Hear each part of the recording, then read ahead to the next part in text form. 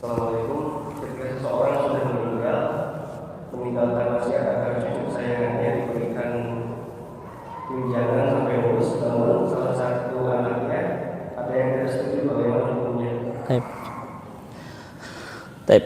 Kalau orang sudah dibersihkan di dunia, apakah nanti ketika dia dibersihkan, Allah tidak akan pernah membersihkan yang sudah bersih ya. Yang dibersihkan itu kalau yang masih kotor. Itu diterangkan dalam beberapa hadis. Contoh misalnya begini, wa fillah rahimakumullah, bahwa Allah itu menyadarkan kita lewat tiga hal ya. Allah itu membuat kita tersadar itu dengan tiga momentum. Satu adalah momentum ilmu. Banyak ilmu yang membuat kita pada akhirnya tersadar. Kan gitu, Ustaz. Makanya semakin kita banyak ngaji, semakin banyak tersadarkan di ruang-ruang kehidupan kita ini. Oh, ternyata seorang muslim itu harus begini dan lain seterusnya. Yang kedua, momentum yang akan membuat orang tersadar itu adalah musibah. Ketika dia kehilangan segalanya, perlu dia tersadar, itu ada. Yang ketiga, kalau satu dan dua tidak, pasti yang ketiga. Di mana yaumul hisab. Dia akan tersadar, oh ternyata saya banyak dosa dan lain sebagainya. Karena kalau tidak kedua dan satu dan kedua, pasti yang ketiga. Maka jangan sampai kita disadarkan oleh Allah Subhanahu wa taala di momentum yang keberapa? Yang ketiga. Yang kedua itu bukan musibah sebetulnya, karena cinta Allah. Ketika Allah mencintai seorang hamba, Allah kasih sesuatu momentum dalam hidupnya yang membuat dia sadar. Dalam bahasa kita memang musibah itu ya, ketika orang kehilangan segalanya. Tetapi kata Ibnu Rajab itu bukan musibah, itu cara Allah mencintai kita.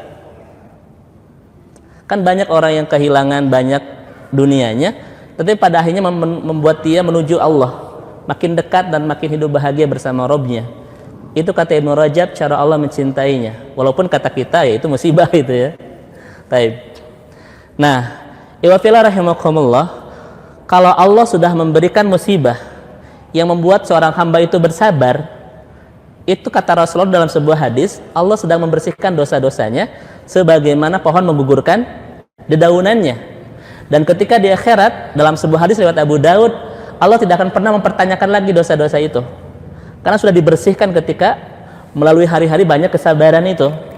Maka apa kalimat Allah dalam sebuah hadis itu? Idhab fadkhul jannati, pergilah dan masuklah ke dalam surgaku. Itu kalau Allah sudah bersihkan di dunia. Tetapi ada yang Allah tutup. Ditutup itu maksudnya adalah Allah tidak bongkar aib itu, dan Allah tidak memberikan balasan kepada dosa itu. Tetapi nanti ketika di akhirat Allah akan buka dan Allah pertanyakan. Walaupun pada akhirnya mungkin nanti Allah akan memaafkan ataupun tidak. Nanti kan dilihat ya, dalam catatan amal itu timbangan kebaikan dan timbangan keburukan itu akan menentukan kita itu. Makanya ikhwafillah rahimakumullah, justru bagi orang-orang yang saat ini tengah hijrah harus betul-betul merasakan di setiap kesulitan-kesulitan hidupnya yang harus dia bersabar. Ini cara Allah untuk mencintainya agar dia nanti mudah di hari kiamatnya. Itu sekali lagi saya katakan, orang yang sudah Allah cintai nggak ingin Allah itu mohon maaf, Allah nggak ingin kalau dia banyak dosa. Pertama itu, Allah punya banyak cara bagaimana membersihkan dosa hamba ini. Kan itu ya. Dan cara yang paling efektif apa? Dia bersabar di sesuatu yang tidak mengenakan dalam hidupnya. Itu Makanya saat ini kalau kita kan para muhajir ya, termasuk saya, orang-orang yang sedang mencoba untuk istiqomah dalam hijrah, ketika banyak musibah, saya selalu menyatakan ini cara Allah untuk membersihkan dosa-dosa saya, agar pertemuan nanti dengan Allah ketika hari kiamat adalah pertemuan yang begitu indah dalam hidup kita. Anda tanya kepada antum, pertemuan dengan Allah itu nanti di hari kiamat itu momentum yang begitu dahsyat bagi hidup kita, karena kita bertemu Allah Subhanahu wa taala. Tetapi apa rasanya kalau pertemuan itu antum bawa dosa? Pasti kita akan penuh penyesalan kan? Justru momentum yang paling indah adalah pertemuan indah itu memang kita dan tidak membawa dosa. Dan bagaimana seorang hamba ini untuk mendapatkan momentum terindah itu? Allah berikan kesabaran dan musibah-musibah itu untuk digugurkan dosa-dosa itu, agar pertemuan dengannya nanti adalah pertemuan yang teramat menakjubkan dalam diri seorang hamba itu. Itu Ustaz. Makanya ikhwah fillah rahimakumullah, saat ini antum sudah hijrah, Allah nggak lupa kok dosa-dosa kita, dan Allah akan bersihkan semuanya. Kalaupun kita lupa dan tidak kita istighfari, Allah punya banyak cara. Dengan cara apa tadi? Ya, diberikan ujian-ujian itu yang membuat kita bersabar. Allah bersihkan satu persatu dosa-dosa itu sampai kita bersih. Dan ketika sudah bersih, apa kata Allah? Ana radin lima fa'alta fid dunya idza fadkhul jannati. Aku sudah ridho dan apapun yang kamu lakukan selama dunia, pergilah dan masuklah ke dalam surgaku, kata Allah. Indah nggak? Indah. Makanya kalau ada pertanyaan, kalau sudah dibersihkan di dunia, apakah nanti dibersihkan lagi? Tidak. Cuma kita tidak tahu sudah dibersihkan belum. Kan begitu. Jangan pede juga. Antum tuh lagi tabrakan misalnya, mohon maaf, antum pakai odong-odong tabrakan sama apa gitu. Oh, saya sudah dibersih. Itu jangan juga gitu, Karena semangat hijrah bukan semangat merasa antum lebih bersih kan, tetapi semakin semangat untuk membersihkan diri. Itu semangat hijrah itu bukan merasa lebih baik, tetapi lebih semangat memperbaiki diri. Bukan merasa lebih bersih, tetapi semangat membersihkan diri. Itulah mental hijrah. Karena merasa itu bukan mental seorang muhajir, justru adalah mental seorang musuh Allah. Mohon maaf, musuh kita. Merasa lebih baik, merasa lebih bersih itu adalah mental musuh kita itu. Kenapa dia tidak mau menyembah Adam? Karena ada penyakit merasa. Merasa apa? Merasa lebih baik. Seperti itu, Ustaz. Taib. Yang kedua tadi apa? Jadi si neneknya itu wasiat kepada cucunya, namun salah satu anaknya tidak setuju dengan Taib. wasiat itu. Ini sudah meninggal belum? Neneknya sudah ya? Taib.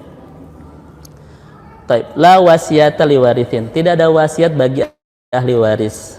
Nah, cucu itu termasuk ahli waris tidak? Termasuk ahli waris, tapi nanti terhalang oleh siapa? Oleh anak ya. Maka disebut dengan darul arham. Maka boleh seseorang itu memberikan wasiat kepada orang yang tidak mendapatkan waris. Karena Rasul melarang la wasiyata liwarithin. Tidak boleh berwasiat kepada ahli waris. Kalaupun berwasiat bukan harta, tetapi wasiat-wasiat kebaikan. Nah, berarti cucu itu secara fikih sah nggak mendapatkan warisan dari neneknya? Sah. Pertama itu ya fikihnya. Baik. Nah, bagaimana hukum waris? Hukum wasiat itu harus betul-betul ditunaikan banget. Wasiat itu lebih dalam daripada sekedar merintah, dari sekedar instruksi kan? Wasiat itu harus betul-betul lebih diperhatikan. Ketika Rasulullah berwasiat, itu para sahabat itu langsung itu, karena tingkat wasiat itu tinggi, ya, lebih tinggi itu. Ketika Rasulullah berwasiat kepada para sahabat ataupun ketika memerintah, itu di hati sahabat itu berbeda tingkatan emosionalnya. Makanya seorang muslim betul-betul harus betul-betul memahami apa hukum dari sebuah wasiat. Itu kalau tidak ditunaikan dosa enggak? Dosa enggak? Dosa. Maka ketika seorang anak melarang seorang ibu untuk memberikan wasiat kepada cucunya, maka pemahaman saya itu adalah dosa. Maka harus ada edukasi, harus ada persuasi, harus ada pemahaman kepada si anak ini tentang arti sebuah wasiat. Yang pertama, nenek ke cucu itu sah secara fikih berwasiat, dan bobot wasiat itu memang kata para sahabat ketika mendengar dari Rasulullah, itu adalah sebuah bobot yang sangat besar sekali. Makanya seorang muslim justru pada akhirnya harus menunaikan semua wasiat-wasiat itu. Bahkan lihat, ada seorang sahabat datang kepada Rasulullah SAW. Ya Rasulullah, bagaimana aku bisa berbuat baik kepada orang tuaku yang sudah meninggal? Maka di antara yang 5 ini adalah tunaikan wasiatnya. Dan wasiatnya itu apa? Yaitu dari ke cucunya. Maka ketika dia tidak menunaikan wasiat itu, berarti dia tidak birrul walidain kepada orang tuanya. Kalau kita tidak birrul walidain, berarti kita termasuk uququl walidain, berdosa kepada orang tua. Wallahu a'lam bishawab. Ada yang lain? Cukup? Mudah-mudahan tidak ada pertanyaan lain. Ini sudah jadwalnya soalnya. Cukup ya, Ustaz?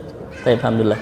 Oleh karena itu, ya fillah rahimakumullah, kita cukupkan sekian. Insyaallah nanti kita ketemu lagi dengan kajian-kajian Asmaul Husna berikutnya, dan mohon doa dari antum semua, mudah-mudahan anak kondisinya lebih fit ya, sehingga bisa menunaikan amanah dengan maksimal. Jazakallahu khair. Rabbana la tuzigh qulubana ba'da idh hadaitana wa hab lana min ladunka rahmah innaka antal wahhab. Rabbana atina fid dunya hasanah wa fil akhirati hasanah wa qina adzabannar. Subhana rabbika rabbil izzati amma yasifun. Wassalamun alal mursalin walhamdulillahi rabbil alamin. Mohon maaf. Assalamualaikum warahmatullahi wabarakatuh.